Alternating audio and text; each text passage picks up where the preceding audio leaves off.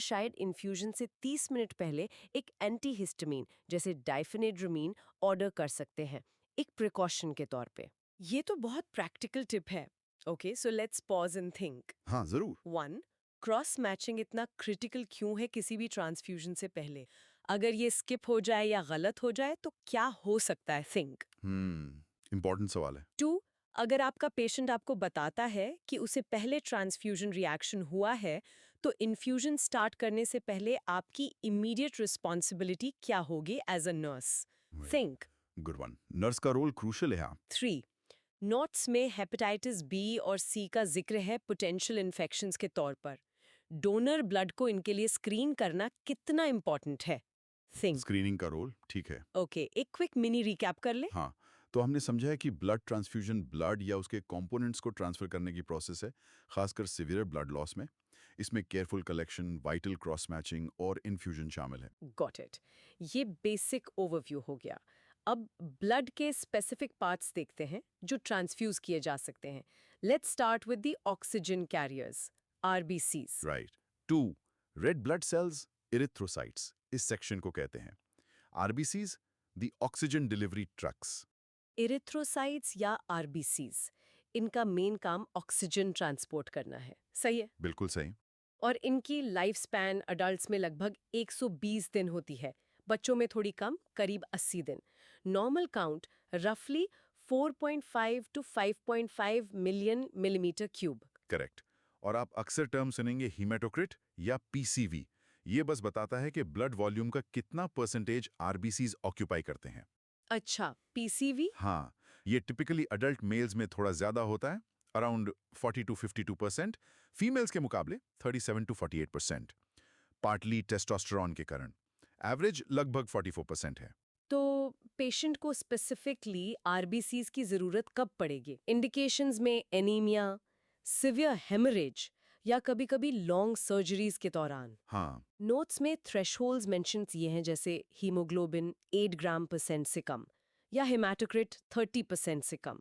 पर बेसिकली जब oxygen carrying capacity dangerously लो हो। एग्जैक्टली। अब ब्लड स्टोर करने के लिए क्लॉटिंग रोकना पड़ता है। हम एंटीकोएगुलेंट्स यूज करते हैं, कलेक्शन बैग में मिक्स्ड। Anticoagulants, right? पहले वाले जैसे एसीडी अब ज्यादा यूज नहीं होते।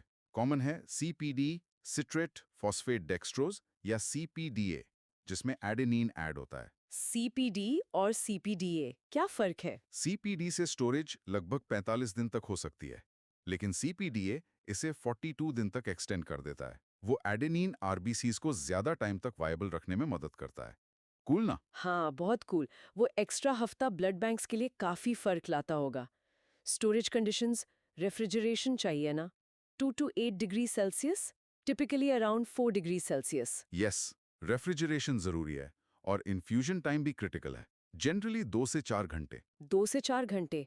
स्ट्रिक्ट टाइमिंग क्यों? देखो, अगर बहुत फास्ट किया 2 घंटे से कम में, तो कार्डियक ओवरलोड का रिस्क है, हार्ट पर एकदम से लोड आ जाएगा। अच्छा, कार्डियक ओवरलोड। और अगर बहुत स्लो किया 4 घंटे से ज्यादा, तो सेप्टिसीमिया का रिस्क बढ़ जाता है। मतलब रूम टेम्परेचर पर ब्लड बैग में बैक्टीरियल कंटामिनेशन ग्रो कर सकता है। ओके, 2-4 आवर्स, समझ गया। और हमें कैसे पता चलेगा कि ट्रांसफ्यूजन काम किया या नहीं? हम पेशेंट के लैब्स चेक करते हैं, यूजुअली इन्फ्यूजन के 4 to 6 आवर्स बाद। 1 यूनिट आरबीसीज आइडियली हीमोग्लोबिन को लगभग 1 ग्राम परसेंट और हीमेटोक्रिट को 2-3% बढ़ाना चाहिए। ओके, एचबी 1 ग्राम परसेंट, एचसीटी 2-3%। हाँ, और जो आरबीसीज इन्फ्यूज किए गए हैं, वो रेसिपिएंट की बॉडी में लगभग 50-60 दिन तक रहते हैं। चलो इसका एग्जाम्पल देखते हैं। राइट। एक पेशेंट है क्रॉनिक किडनी डिजीज का। उसका हीमोग्लोबिन सिर्फ 7 ग्राम परसेंट है। वो थकावा महसूस कर रहा है, सांस फूल रही है, क्लासिक अनीमिया सिम्टम्स। ठीक है। डॉक्टर पैक्ड आरबीसीज ऑर्डर करते हैं। नर्स के तौर पर आपको ब्लड कंपैटिबिलिटी डबल चेक करनी होगी, इंश्योर करना होगा कि स्टोरेज सही है, और उस इन्फ्यूजन रेट को मेटिकुलसली 2 से 4 घंटे के बीच मैनेज करना होगा। बिल्कुल सही। एग्जाम्पल से क्लियर हो गया। Make sense. चलो थोड़ा रिफ्लेक्ट करते हैं। 1. सीपीडीए जनरली सीपीडी से बेहतर क्यों माना जाता है आरबीसी स्टोरेज के लिए? उसका मेन एडवांटेज क्या है? अच्छा पॉइंट है। 2. क्या आप फिर से एक्सप्लेन कर सकती हैं कि आरबीसीज के लिए 2 से 4 घंटे के इन्फ्यूजन विंडो को फॉलो करना पेशेंट सेफ्टी के लिए इतना इंपॉर्टेंट क्यों है? हाँ, ये रिस्क समझना जरूरी है। 3. As a nurse, lab values check करने के अलावा आप पेशेंट के कौन से दूसरे साइंस या सिम्टम्स मॉनिटर करेंगे आरबीसी ट्रांसफ्यूजन की इफेक्टिवनेस असेस करने के लिए? Think practical aspect. ठीक है। मिनी रिकैप करें। हाँ, आरबीसीज ऑक्सीजन डिलीवर करते हैं, एनीमिया हेमरेज के लिए दिए जाते हैं, इन्हें careful storage 2 to 8 degree Celsius CPD CPDA की ज़रूरत है और infusion timing 2 to 4 hours safety के लिए क्रूशल है। कूल, आरबीसीज क्लियर हो गए। अब छोटे क्लॉटिंग हेल्पर्स पे चलते हैं, platelets. 3 platelets thrombocytes. Title platelets plugging the leaks. Platelets या थ्रोम्बोसाइट्स। नॉर्मल काउंट काफी वाइड है, 1.5 से 4.5 लाख मिलीमीटर क्यूब। इनका मेन रोल ब्लड क्लॉटिंग में है और थ्रोम्बोसाइटोपिनिया का मतलब है प्लेटलेट काउंट कम होना।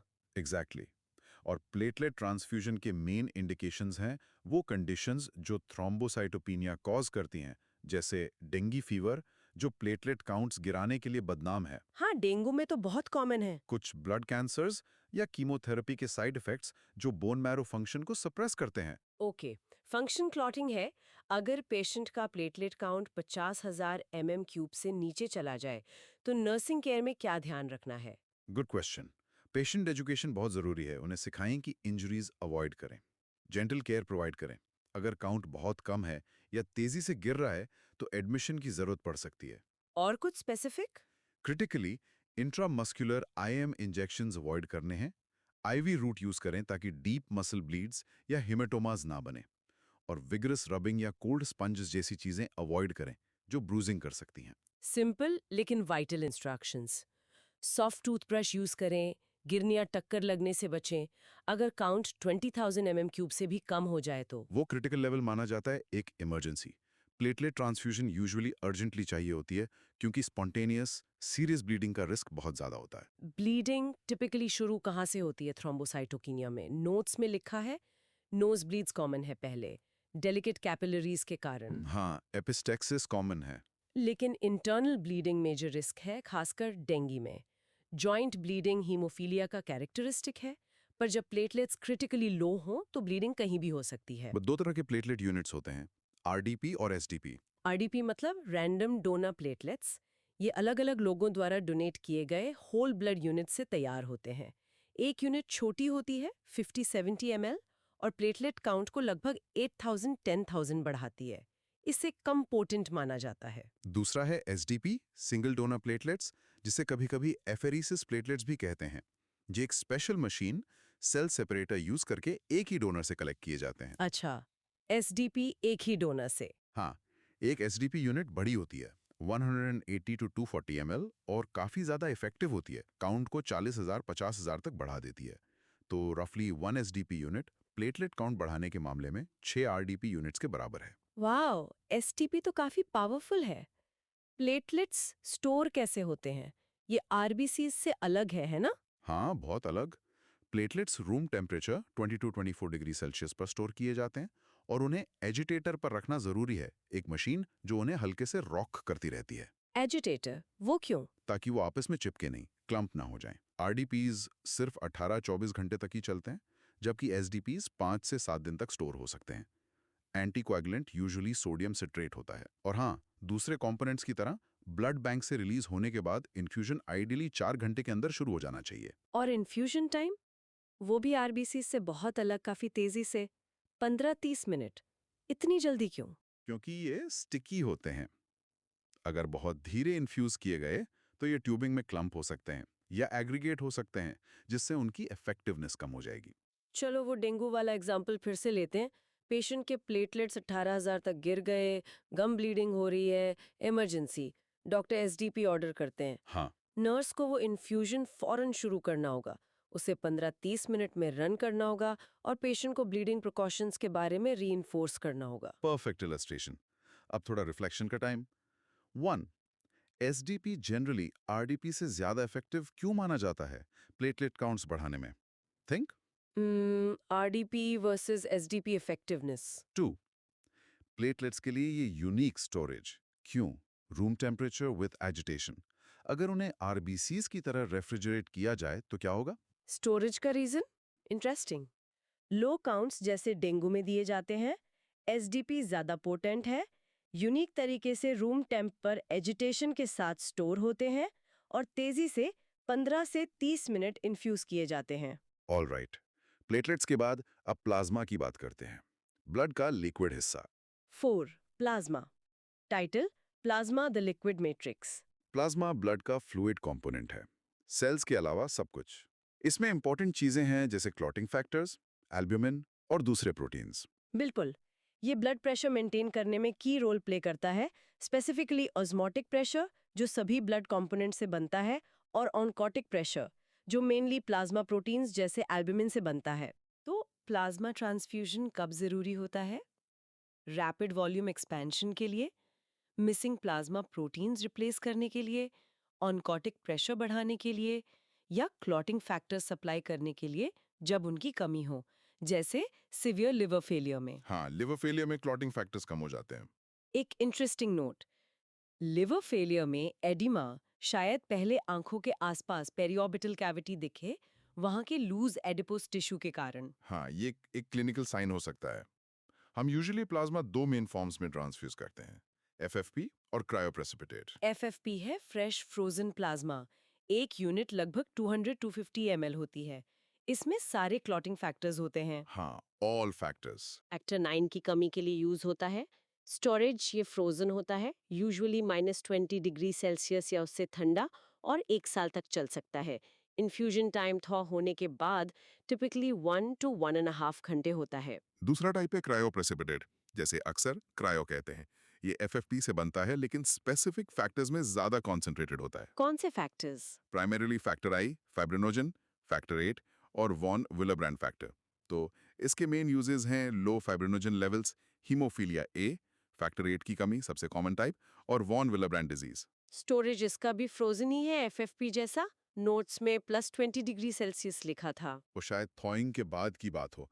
स्टैंडर्ड प्रैक्टिस यही है कि इसे भी एफएफपी की तरफ फ्रोजन -18 डिग्री सेल्सियस या कोल्डर स्टोर करते हैं 1 साल तक।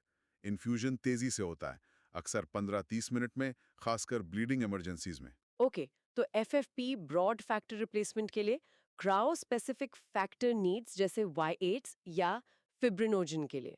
एग्जाम्पल टाइम: एक पेशेंट है लिवर सिरोसिस का, उसके क्लॉटिंग टाइम्स बढ़े हुए हैं, हाँ, उसे एफएफपी दिया जा सकता है ताकि जरूरी डेफिशिएंट फैक्टर्स मिल सकें।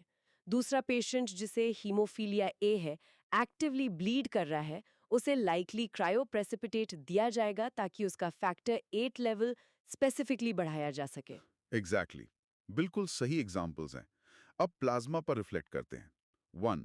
एफएफपी और क्रायोप्रेसिपिटेट में कंटेंट्स और उनके यूज के हिसाब से की डिफरेंस क्या है?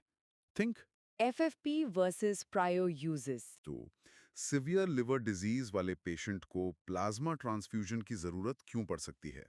ये किस चीज में मदद करता है? थिंक: लिवर डिजीज और प्लाज्मा का कनेक्शन।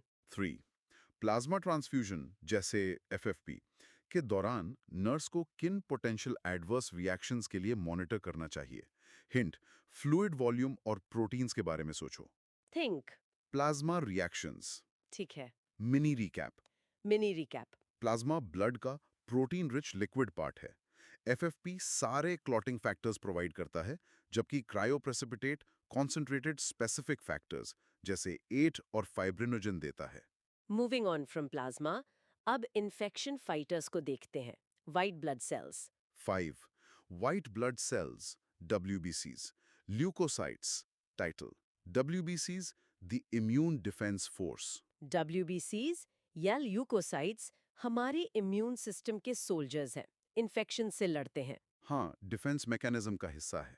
WBCs ट्रांसफ्यूज करना बहुत कॉमन तो नहीं है ना? ये कब इंडिकेटेड होता है? सही कहा, कॉमन नहीं है। नोट्स कहते हैं ये मेनली तब कंसिडर किया जाता है जब एंटीबायोटिक थेरेपी काम ना कर रही हो, खासकर उन पेशेंट्स में जिन्हें सिवियर न्यूट्रोपीनिया, लो न्यूट्रोफिल काउंट हो। न्यूट्रोपीनिया में जब एंटीबायोटिक्स फेल हो जाएं। हाँ, इसका रैशनल थोड़ा कॉम्प्लेक्स है। अगर बॉडी न्यूट्रोफिल्स की कमी के कारण इन्फेक्शन से इफेक्टिवली नहीं लड़ पा रही है और एंटीबायोटिक्स फेल हो गए हैं, तो WBCs, स्पेसिफिकली ग्रैन्युलोसाइट्स, देना एक लास्ट रिजॉर्ट हो सकता है, अक्सर न्यूट्रोपेनिक फीवर के लिए। ओके, ये एक नीश इंडिकेशन है। और डब्ल्यूबीसीज में लिम्फोसाइट्स अडेप्टिव इम्यूनिटी के लिए की हैं। दो मेन टाइप्स, टी लिम्फोसाइट्स और बी लिम्फोसाइट्स। हाँ, टी सेल्स थाइमस में मैच्योर होते हैं और सेल्यूलर इम्यूनिटी हैंडल करते हैं। इन्फेक्टेड सेल्स को पहचानना और मारना, इम्यून रिस्पॉन्सेज रेगुलेट करना। बी सेल्स बोन मैरो में मैच्योर होते हैं और ह्यूमोरल इम्यूनिटी मैनेज करते हैं, एंटीबॉडीज इम्यूनोग्लोब्युलिन्स प्रोड्यूस करके। डब्ल्यूबीसी ट्रांसफ्यूजन की डिटेल्स। नोट्स में unit size around 400 ml। Infusion time 1 से 2 घंटे मेंशन्ड है। स्टोरेज शॉर्ट टर्म है, शायद 11-13 दिन नोट्स के हिसाब से। Refrigerated temperature 2 to 8 degree Celsius पर। लेकिन प्रैक्टिकली ग्रैन्युलोसाइट ट्रांसफ्यूजन्स अक्सर कलेक्शन के बाद इमीडिएट यूज के लिए कोऑर्डिनेट किए जाते हैं, उनके शॉर्ट लाइफ स्पैन और फंक्शन के कारण। Example scenario. एक कैंसर पेशेंट कीमोथेरेपी ले रहा है, उसे सिवियर न्यूट्रोपेनिया डेवलप हो गया है। उसे तेज बुखार आता है जो ब्रॉड स्पेक्ट्रम एंटीबायोटिक से ठीक नहीं हो रहा। ठीक है। उसे ओवरवेलमिंग सेप्सिस का हाई रिस्क है। इस क्रिटिकल सिचुएशन में WBC's ग्लैन्युलोसाइट ट्रांसफ्यूजन कंसिडर किया जा सकता है temporary infection fighting capability provide करने के लिए। चलो WBCs के बारे में सोचते हैं। 1. WBC ट्रांसफ्यूजन यूजुअली उन सिचुएशंस के लिए क्यों रिजर्व रखा जाता है जहां एंटीबायोटिक्स फेल हो चुके हों? थिंक। WBC's का स्पेसिफिक रोल। 2. क्या आप ब्रीफली टी सेल्स और बी सेल्स की इम्यूनिटी में अलग-अलग मेन जॉब्स एक्सप्लेन कर सकती हैं? Think. T versus B cell function. 3. ये देखते हुए कि आप किसी और के इम्यून सेल्स इन्फ्यूज कर रहे हैं, WBC ट्रांसफ्यूजन्स के साथ क्या पोटेंशियल रिस्क्स या रिएक्शंस एसोसिएटेड हो सकते हैं? Think. WBC transfusion risks. Okay, mini recap. Mini recap. WBCs infection से लड़ते हैं। ट्रांसफ्यूजन रेयर है, mainly severe neutropenia unresponsive to antibiotics के लिए। Lymphocytes T and B cells specific immunity के लिए क्रूशल हैं। तो हमने इंडिविजुअल कंपोनेंट्स कवर कर लिए, लेकिन कभी-कभी सिचुएशन सब कुछ एक साथ मांगती है। Let's talk about whole blood. Whole blood. Title: whole blood, the complete package. जैसा नाम है, होल ब्लड में सारे कंपोनेंट्स होते हैं। RBCs, WBCs, प्लेटलेट्स और प्लाज्मा, उनके नेचुरल प्रोपोर्शंस में। हाँ, सब कुछ एक साथ। ये कब यूज होता है? Primarily massive acute blood loss के केसेस में, सिवियर हेमरेज या फिर कभी-कभी बहुत लंबी कॉम्प्लेक्स सर्जरीज का दौरान जहां सिग्निफिकेंट वॉल्यूम और सभी कंपोनेंट्स का लॉस हुआ हो। एक standard unit typically around 350 ml होती है, जिसमें लगभग 300 ml ब्लड और 50 ml एंटीकोएगुलेंट CPD/CPDA होता है। इन्फ्यूजन टाइम और स्टोरेज आरबीसी जैसा ही है ना, 2-4 घंटे में इन्फ्यूज करना है, स्टोर करना है 2 to 8 डिग्री सेल्स पर, 35 to 42 डेज तक, एंटीकोएगुलेंट पर डिपेंड करता है। करेक्ट। एंटीकोएगुलेंट्स यूजुअली सीपीडिया या सीपीडीए होता है। अब एक बहुत इंपॉर्टेंट कंसिडरेशन, खासकर जब लार्ज वॉल्यूम्स में होल ब्लड तेजी से दिया जा रहा हो, जैसे ट्रॉमा में, वो है सिट्रेट टॉक्सिसिटी। हाँ, सिट्रेट टॉक्सिसिटी। याद है? सिट्रेट एंटीकोएगुलेंट है। ये रिसिपेंट के ब्लड में कैल्शियम से बाइंड करता है, जिससे पोटेंशियली हाइपोकैल्सीमिया, लो कैल्शियम लेवल्स हो सकता है। ये रिस्क बच्चों में ज्यादा होता है। हाइपोकैल्सीमिया। नॉर्मल कैल्शियम कितना होता है? Normal calcium around 8.6 to 10.6 milligram पर डेसीलीटर है। अगर ये बहुत कम हो जाए, जैसे 4.5 मिलीग्राम पर डेसीलीटर से नीचे, तो टिटैनी हो सकता है। मसल स्पैजेस।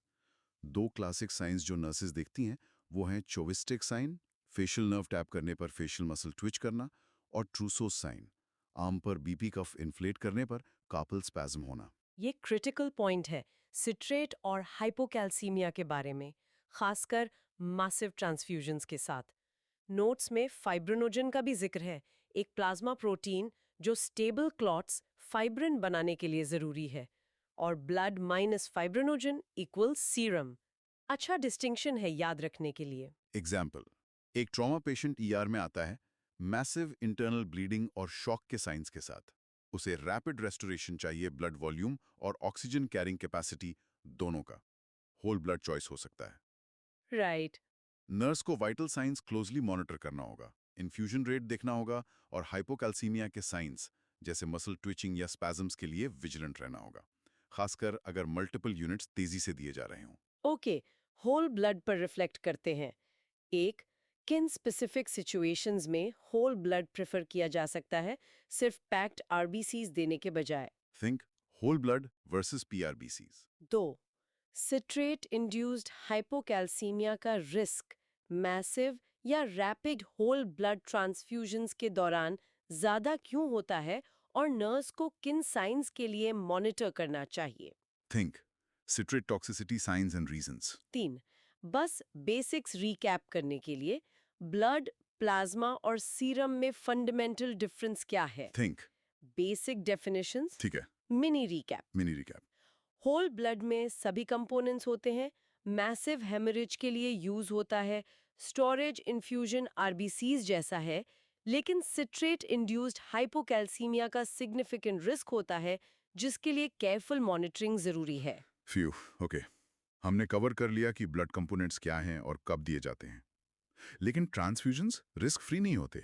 चलो पोटेंशियल कॉम्प्लिकेशंस की बात करते हैं। ये नर्सेस के लिए सुपर इंपॉर्टेंट है। Definitely. 7, blood transfusion complications, immediate. Title, trouble shooting transfusions, immediate problems. हम कॉम्प्लिकेशंस को ब्रॉडली डिवाइड कर सकते हैं। इमीडिएट ट्रांसफ्यूजन के दौरान या तुरंत बाद होने वाले, और डिलेड में।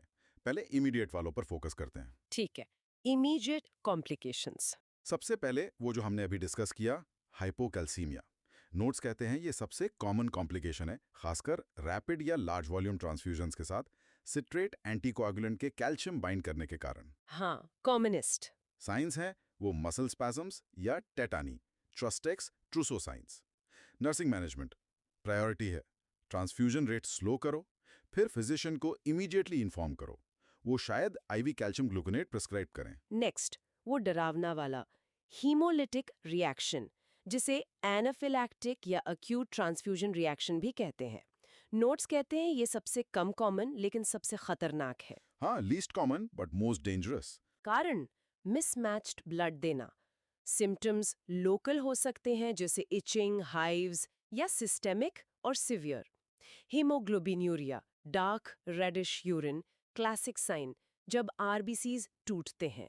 अचानक हाइपोटेंशन, हिस्टामिन रिलीज से वैसोडाइलेशन के कारण, back pain, fever, chills, headache, nausea. Nursing management यहाँ क्रिटिकल है और इमीडिएट एक्शन चाहिए। Priority steps: 1. ट्रांसफ्यूजन को तुरंत रोको, स्टॉप। 2. आईवी लाइन को नॉर्मल सलाइन एनएस से ओपन रखो, ब्लड लाइन फ्लश मत करो, नई एनएस लाइन शुरू करो। ये एक्सेस मेंटेन करता है और शॉक मैनेज करने में हेल्प करता है। 3. फिजिशियन को अर्जेंटली नोटिफाई करो। 4. प्रिस्क्राइब्ड इमरजेंसी मेड्स एडमिनिस्टर करो, जैसे एंटीहिस्टामीन्स, स्टेरॉइड्स, शायद एपिनेफ्रीन। 5. इन्वेस्टिगेशन के लिए पेशेंट के ब्लड और यूरिन सैंपल्स कलेक्ट करो। 6. ब्लड बैग और ट्यूबिंग को एनालिसिस के लिए ब्लड बैंक वापस भेजो। ये स्टेप्स तो बिल्कुल याद रखने हैं। एक और इमीडिएट इशू हो सकता है हाइपरकेलीमिया, हाई पोटेशियम। हाँ, हाइपरकलीमिया कारण पुराना ब्लड ट्रांसफ्यूज करना, जैसे स्टोर्ड आरबीसीज एज करते हैं और ब्रेकडाउन होते हैं, वो प्लाज्मा में पोटेशियम रिलीज करते हैं। नॉर्मल के प्लस 3.5-5.1 मिलीमोल्स मना लीटर होता है। सिम्टम्स, हाई पोटेशियम के सिम्टम्स में कार्डियक अरिथमियाज, गट मोटालिटी बढ़ना, जिससे एब्डोमिनल क्रैम्प्स या डायरिया हो सकता है। मैनेजमेंट: 1. ट्रांसफ्यूजन स्लो करो। 2. फिजिशियन को इन्फॉर्म करो। 3. प्रिस्क्राइब ट्रीटमेंट्स एडमिनिस्टर करो पोटेशियम कम करने के लिए, जैसे के एक्सेलेट जो के प्लस बाइंड करता है। इंपॉर्टेंट नोट: हमेशा फ्रेश ब्लड यूज करने की कोशिश करो, खासकर किडनी फेलियर या कार्डियक इश्यूज वाले पेशेंट्स में, क्योंकि वो पोटेशियम आसानी से हैंडल नहीं कर पाते। फिर है कार्डियक ओवरलोड या सर्कुलेटरी ओवरलोड। कारण, ब्लड को बहुत तेजी से इन्फ्यूज करना, आरबीसीज होल ब्लड के लिए 2 घंटे से तेज। हार्ट अचानक बढ़े हुए वॉल्यूम को हैंडल नहीं कर पाता। हाँ, फ्लूइड ओवरलोड हो जाता है। सिम्टम्स, सांस की कमी, dyspnoea, cough, chest pain, jugular vein distension, गर्दन की नसें फूलना, शायद पल्मोनरी इडीमा के साइंस, लंग्स में fluid, bounding pulse. Management: 1. Infusion rate तुरंत स्लो करो। 2. पेशेंट को सीधा बिठाओ, फाउलर्स पोजीशन, ताकि सांस लेने में आसानी हो। 3. उनका एयरवे मेंटेन करो। 4. फिजिशियन को इन्फॉर्म करो। 5. प्रिस्क्राइब डायूरेटिक्स जैसे फ्यूरोसेमाइड, लैसिक्स एडमिनिस्टर करो एक्स्ट्रा फ्लूइड निकालने में हेल्प करने के लिए। और लास्ट इमीडिएट कॉम्प्लिकेशन सेप्टिसीमिया। कारण बैक्टीरिया से कंटेमिनेटेड ब्लड इन्फ्यूज करना या यूनिट को बहुत धीरे इन्फ्यूज करना 4 घंटे से ज्यादा, जिससे बैक्टीरिया रूम टेम्परेचर पर मल्टीप्लाई कर सके। सेप्सिस का रिस्क। सिम्टम्स टिपिकल इन्फेक्शन के साइंस हैं। Fever, chills, headache, nausea, vomiting, शायद हाइपोटेंशन। मैनेजमेंट 1. ट्रांसफ्यूजन रोको। 2. फिजिशियन को नोटिफाई करो। 3. पेशेंट से ब्लड कल्चर्स लो। 4. प्रिस्क्राइब्ड एंटीबायोटिक्स एडमिनिस्टर करो। 5. ब्लड बैंक को कल्चर के लिए ब्लड बैंक वापस भेजो। ओके, एक सिनेरियो लेते हैं। ट्रांसफ्यूजन के दौरान आपका पेशेंट अचानक से सिवियर बैक पेन कंप्लेन करता है, उसे ठंड लग रही है और कांप रहा है और सांस लेने में तकलीफ हो रही है। आपको तुरंत क्या सस्पेक्ट करना चाहिए और आपके पहले 2 बिल्कुल क्रिटिकल एक्शंस क्या होंगे? थिंक। Good scenario. चलो इन इमीडिएट इश्यूज पर रिफ्लेक्ट करते हैं। 1. अगर आपको कोई भी ट्रांसफ्यूजन रिएक्शन सस्पेक्ट होता है तो सबसे इंपॉर्टेंट पहला कदम क्या है और क्यों? थिंक। फर्स्ट एक्शन का इंपॉर्टेंस। 2. हाइपोकैल्सीमिया वर्सेस हाइपरकैलेमिया के कॉज में की डिफरेंस क्या है ट्रांसफ्यूजन के दौरान? Calcium versus potassium issues. 3. एक नर्स प्रोएक्टिवली कार्डियक ओवरलोड को ब्लड ट्रांसफ्यूजन के दौरान रोकने में कैसे मदद कर सकती है? Prevention of overload. Okay, mini recap. Mini recap. Immediate complications में hypocalcaemia common citrate related, haemolytic reaction rare but dangerous mismatch, hyperkalaemia old blood, cardiac overload rapid infusion और सेप्टिसीमिया कंटैमिनेशन डिले शामिल हैं। प्रॉम्प्ट रिकॉग्निशन और action vital हैं। तो ये वो problems हैं जो जल्दी आ सकती हैं, बिल्कुल। लेकिन कुछ इश्यूज बाद में भी डेवलप हो सकते हैं। चलो डिलेड कॉम्प्लिकेशंस देखते हैं। 8. Blood transfusion complications delayed. Title later troubles. Delayed complications. 2 main delayed issues हैं जिनके बारे में अवेयर रहना है। पहला, आयरन ओवरलोड। हाँ, आयरन ओवरलोड। कारण लंबे समय तक फ्रीक्वेंट ब्लड ट्रांसफ्यूजन्स लेना, जैसे थैलेसीमिया के पेशेंट्स को अक्सर ज़रूरत पड़ती है। क्यों? क्योंकि हर ब्लड यूनिट में आयरन होता है और बॉडी के पास एक्स्ट्रा आयरन से छुटकारा पाने का कोई अच्छा तरीका नहीं है। मैक्सिमम आयरन स्टोरेज आरबीसीज में होता है। सही। बॉडी आयरन एक्सक्रीट नहीं कर पाती इजीली। सिम्टम्स शुरू में वेग हो सकते हैं। कॉन्स्टिपेशन नोट्स में एमसी कॉम्प्लिकेशन लिखा है, नोजिया, थकान। लेकिन लॉन्ग टर्म में आयरन ऑर्गन्स में डिपॉजिट होकर सीरियस डैमेज करता है। मैनेजमेंट में आयरन केलेटर्स इन्वॉल्व्ड है, ड्रग्स जैसे डेस्फ्रॉक्सिमीन जो आयरन से बाइंड करते हैं ताकि वो एक्सक्रीट हो सके, अक्सर यूरिन में। इफेक्टिवनेस कैसे चेक करें? नोट्स में फर्स्ट मॉर्निंग यूरिन चेक करने का जिक्र है। एक रेडिश वेन रोजे कलर इंडिकेट करता है कि चिलेटर काम कर रहा है। ये कलर यूजुअली कुछ वॉइड्स के बाद फेड हो जाता है। केयरफुल डॉक्यूमेंटेशन जरूरी है। ये इंपॉर्टेंट है क्रॉनिक ट्रांसफ्यूजन वाले पेशेंट्स के लिए। दूसरा डिलेड कॉम्प्लिकेशन है ट्रांसफ्यूजन ट्रांसमिटेड इन्फेक्शंस।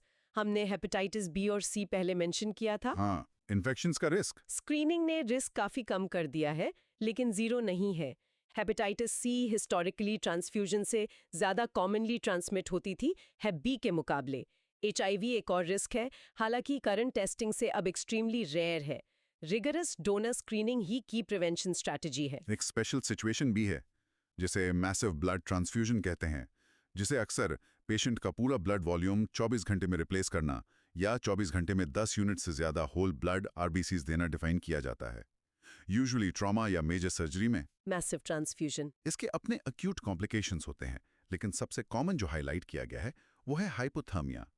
पेशेंट का रेफ्रिजरेटेड ब्लड के लार्ज वॉल्यूम्स तेजी से लेने से डेंजरसली ठंडा हो जाना। हाइपोथर्मिया ये आउटकम्स को खराब कर सकता है। कोआगुलोपैथी, क्लॉटिंग प्रॉब्लम्स और वैसोकंस्ट्रिक्शन के कारण कार्डियक अरेस्ट जैसे इश्यूज कॉज कर सकता है। प्रिवेंशन: इन्फ्यूजन के दौरान ब्लड वार्मर डिवाइस यूज करना क्रूशियल है। मैसिव ट्रांसफ्यूजन में दूसरे रिस्क में इलेक्ट्रोलाइट इम्बैलेंसेस, हाइपोकैल्शियम, हाइपरकैलेमिया, कोआगुलोपैथी और वॉल्यूम ओवरलोड शामिल हैं। अक्सर कंपोनेंट्स का balanced ratio RBCs, platelets, plasma जैसे 1.1.1 एम किया जाता है। एग्जाम्पल, एक बच्चा है थैलेसीमिया मेजर का जिसे हर महीने ब्लड ट्रांसफ्यूजन लगता है।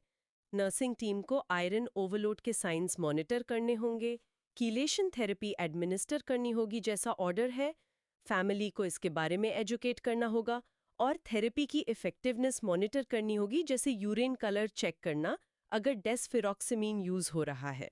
चलो इन डिलेड इश्यूज के बारे में सोचते हैं। 1. फ्रीक्वेंट ट्रांसफ्यूजन्स लेने वाले पेशेंट्स जैसे थैलेसीमिया के लिए आयरन ओवरलोड के हाई रिस्क पर क्यों होते हैं और उसे मैनेज करने का बेसिक प्रिंसिपल क्या है? Think iron overload management. 2.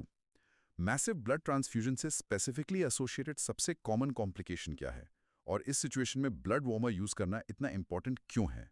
Think hypothermia in massive transfusion. ठीक है, mini recap. Mini recap. Delayed complications में mainly iron overload frequent transfusion से, चेलेशन से मैनेज होता है और इन्फेक्शंस जैसे हेपेटाइटिस का छोटा लेकिन रियल रिस्क शामिल है। मैसिव ट्रांसफ्यूजन के स्पेसिफिक रिस्क्स होते हैं, खासकर हाइपोथर्मिया। ओके, हमने व्हाट, व्हाई और what can go wrong cover कर लिया। अब हु की बात करते हैं। डोनर और इन्फ्यूजन प्रोसीजर के की स्टेप्स को रिकैप करते हैं। 9. Donor qualifications and infusion procedure. Title: The giver and the process. Donors and infusion steps. Blood देना एक गिफ्ट है, लेकिन हर कोई एलिजिबल नहीं होता। स्ट्रिक्ट क्राइटेरिया होते हैं डोनर और रिसिपिएंट दोनों को प्रोटेक्ट करने के लिए। Key donor qualifications. हाँ, क्राइटेरिया इंपॉर्टेंट है। Age: Generally 18 से 65 साल. Weight: Minimum around 45-50 kg. Hemoglobin: Adequate होना चाहिए. Typically 12 gm%. एचबी लेवल भी चेक होता है। डोनेशन फ्रीक्वेंसी: होल ब्लड के लिए यूजुअली 3 महीने 90 दिन का गैप जरूरी है। एसडीपी डोनेशन स्पेसिफिक गाइडलाइंस के अंडर ज्यादा फ्रीक्वेंट हो सकता है। Amount donated? टिपिकली 350 ml पर डोनेशन, पर डोनर वेट के हिसाब से थोड़ा वेरी कर सकता है। और सबसे क्रिटिकल पार्ट, इन्फेक्शियस डिजीजेस के लिए स्क्रीनिंग। नोट्स में 5 मैंडेटरी चेक्स लिस्ट किए गए हैं। HIV, hepatitis B, hepatitis C. अगर इनमें से किसी के लिए पॉजिटिव हो तो life long deferral. Malaria, infection के बाद एक पीरियड के लिए डिफेरल। सिफिलिस स्क्रीन किया जाता है, हालांकि बैक्टीरिया स्टोरेज में शायद ज्यादा देर सर्वाइव ना करें। कुछ और कंडीशंस जैसे active TB, certain types of jaundice या डायबिटीज मेलाइटिस भी डिफेरल का कारण बन सकती हैं। हाँ, मेडिकल हिस्ट्री इंपॉर्टेंट है। डोनर के टाइप्स भी अलग होते हैं। 1. डेजिग्नेटेड डोनर्स, फैमिली या फ्रेंड्स जो स्पेसिफिकली एक पेशेंट के लिए डोनेट करते हैं। बहुत कॉमन है ये। हाँ, ये तो देखा है। 2. ऑटोलोगस डोनर, पेशेंट अपना खुद का ब्लड पहले ही डोनेट करता है, जैसे किसी प्लान्ड सर्जरी से पहले। इससे कंपैटिबिलिटी रिस्क्स और डिजीज ट्रांसमिशन का रिस्क खत्म हो जाता है। अपना ब्लड अपने लिए अच्छा कॉन्सेप्ट है। 3. ब्लड सेल्वेज, सर्जरी के दौरान कलेक्ट किया गया पेशेंट का अपना ब्लड रीइन्फ्यूज करना। स्पेसिफिक मेजर सर्जरीज में यूज होता है। अब चलो ब्लड इन्फ्यूजन प्रोसीजर के की स्टेप्स को जल्दी से देख लेते हैं। हमने पार्ट्स टच किए हैं, पर कंसोलिडेट करते हैं। ठीक है, प्रोसीजर रिकैप। फ्लो रेट याद रखो, आरबीसीज होल ब्लड के लिए 2-4 घंटे, प्लेटलेट्स प्लाज्मा तेज है 15 से 30 मिनट्स या 1 से 15 आवर्स रिस्पेक्टिवली। पहले 15 मिनट्स क्रूशल है, धीरे शुरू करो, जैसे 1-2 ml पर मिनट या 10-20 ड्रॉप्स पर मिनट, मैक्रो ड्रॉप सेट से, क्यों? ताकि किसी भी इमीडिएट सिवियर रिएक्शन के लिए क्लोजली मॉनिटर किया जा सके। नर्स को इस इनिशियल पीरियड में पेशेंट के साथ रहना मस्ट है। अगर कोई रिएक्शन नहीं तो रेट बढ़ाया जा सकता है रेकमेंडेड टाइम फ्रेम में कंप्लीट करने के लिए। इन्फ्यूजन को कभी भी 4 घंटे से ज्यादा नहीं चलने देना सेप्सिस रिस्क के कारण। की इक्विपमेंट में इंक्लूड होता है कि appropriate size IV cannula. Adults के लिए ब्लड के लिए 18 गेज अक्सर प्रेफर किया जाता है, पर 20 जी भी यूज हो सकता है, एक dedicated blood transfusion BT set filter के साथ। हाँ, फिल्टर जरूरी है। नॉर्मल सेलाइन, प्राइमिंग और फ्लशिंग के लिए याद रखो सिर्फ एनएस ब्लड के साथ कंपैटिबल है। Antiseptic swipes, gloves, IV stand. Site selection age और वेन एक्सेसिबिलिटी पर डिपेंड करती है। अडल्ट्स में फोरआर्म वेन्स जैसे बैसिलिक या सेफेलिक कॉमन है। अब प्रोसीजर में स्ट्रिक्ट चेक्स होते हैं। 1. Receiving the blood. 2. registered nurses, typically unit को पेशेंट के डिटेल्स और प्रिस्क्रिप्शन के अगेंस्ट नर्सिंग स्टेशन पर वेरीफाई करती है। Double check. 2. Checking the bag. Blood unit को meticulously इंस्पेक्ट करो। Correct patient unit identifiers, blood group compatibility, expiry date, appearance, कोई clots, discolouration, leaks, bubbles. Bag inspection critical है। 3. Starting the infusion. Blood bank के control storage से निकलने के 30 minutes के अंदर शुरू हो जाना चाहिए। अगर 30 मिनट से ज्यादा डिले हो तो यूनिट यूजुअली वापस करनी पड़ती है। अगर इंडिकेटेड हो तो ब्लड वार्मर यूज करो, जैसे massive transfusion, neonates. 30 minute rule. Okay. 4. Baseline vitals. Start करने से पहले पेशेंट का temperature, pulse, respiration, BP check करो और डॉक्यूमेंट करो। कोई भी अबनॉर्मैलिटी, खासकर फीवर, फिजिशियन को ट्रांसफ्यूजन शुरू करने से पहले रिपोर्ट करो। Pre transfusion vitals. Point 5. Initial monitoring. पहले 15 मिनट्स पेशेंट के साथ रहो, किसी भी रिएक्शन के साइन के लिए क्लोजली मॉनिटर करो। वाइटल्स में चेंज, फ्लशिंग, इचिंग, सांस लेने में तकलीफ, pain. First 15 minutes observation. 6. Ongoing monitoring. पूरे ट्रांसफ्यूजन के दौरान पीरियोडिकली वाइटल साइंस मॉनिटर करते रहो हॉस्पिटल पॉलिसी के अनुसार। और कंप्लीशन पर 7. कंप्लीशन। जब हो जाए लाइन को एनएस से फ्लश करो। कंप्लीशन टाइम, पेशेंट का टॉलरेंस और फाइनल वाइटल साइंस डॉक्यूमेंट करो। एम्प्टी बैग को बायोहैजार्ड प्रोटोकॉल्स के अकॉर्डिंग डिस्पोज करो। इमेजिन करो आप एक ट्रांसफ्यूजन शुरू करने वाले हो। आप ब्लड बैग उठाते हो। वो एब्सोल्यूट मिनिमम 5 चेक्स कौन से हैं जो आपको उस बैग और पेशेंट आईडी पर करने ही करने हैं, उसे स्पाइक करने का सोचने से पहले भी ये एक क्रिटिकल सेफ्टी स्टेप है। Think excellent point. चलो डोनर और प्रोसीजर पर रिफ्लेक्ट करते हैं। 1. डोनर स्क्रीनिंग इन्फेक्शियस डिजीजेस के लिए इतना इनक्रेडिबली इंपॉर्टेंट क्यों है? थिंक। स्क्रीनिंग का सिग्निफिकेंस। 2. ऑटोलॉगस ब्लड डोनेशन का पेशेंट के लिए मेन एडवांटेज क्या है? Think. Autologous benefits. 3. Blood transfusion के पहले 15 मिनट्स को नर्सिंग ऑब्जर्वेशन के लिए सबसे क्रिटिकल पीरियड क्यों माना जाता है? Think first 15 minutes importance. Okay, mini recap. विनीली cap, strict donor criteria, safety ensure करते हैं। इन्फ्यूजन प्रोसीजर में meticulous checks, patient ID, blood unit verification, careful rate management खासकर स्लो स्टार्ट, विजिलेंट मॉनिटरिंग खासकर पहले 15 मिनट और टाइम लिमिट्स का adherence शामिल है। वाओ, ये तो काफी कॉम्प्रिहेंसिव डाइव था। अब बहुत क्लियर लग रहा है। चलो एक फाइनल रैप अप करते हैं। Okay, final recap and active recall. आज हमने ब्लड ट्रांसफ्यूजन एक्सप्लोर किया। मुख्य बिंदु, की पॉइंट्स।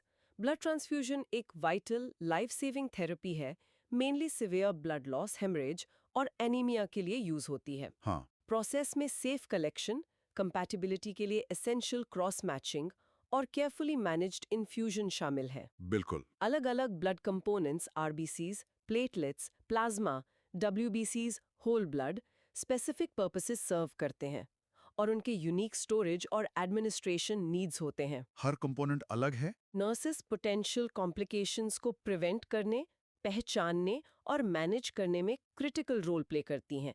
दोनों इमीडिएट जैसे haemolytic reactions, overload, electrolyte shifts और डिलेड जैसे आयरन ओवरलोड, इन्फेक्शंस। नर्स का रोल बहुत बड़ा है।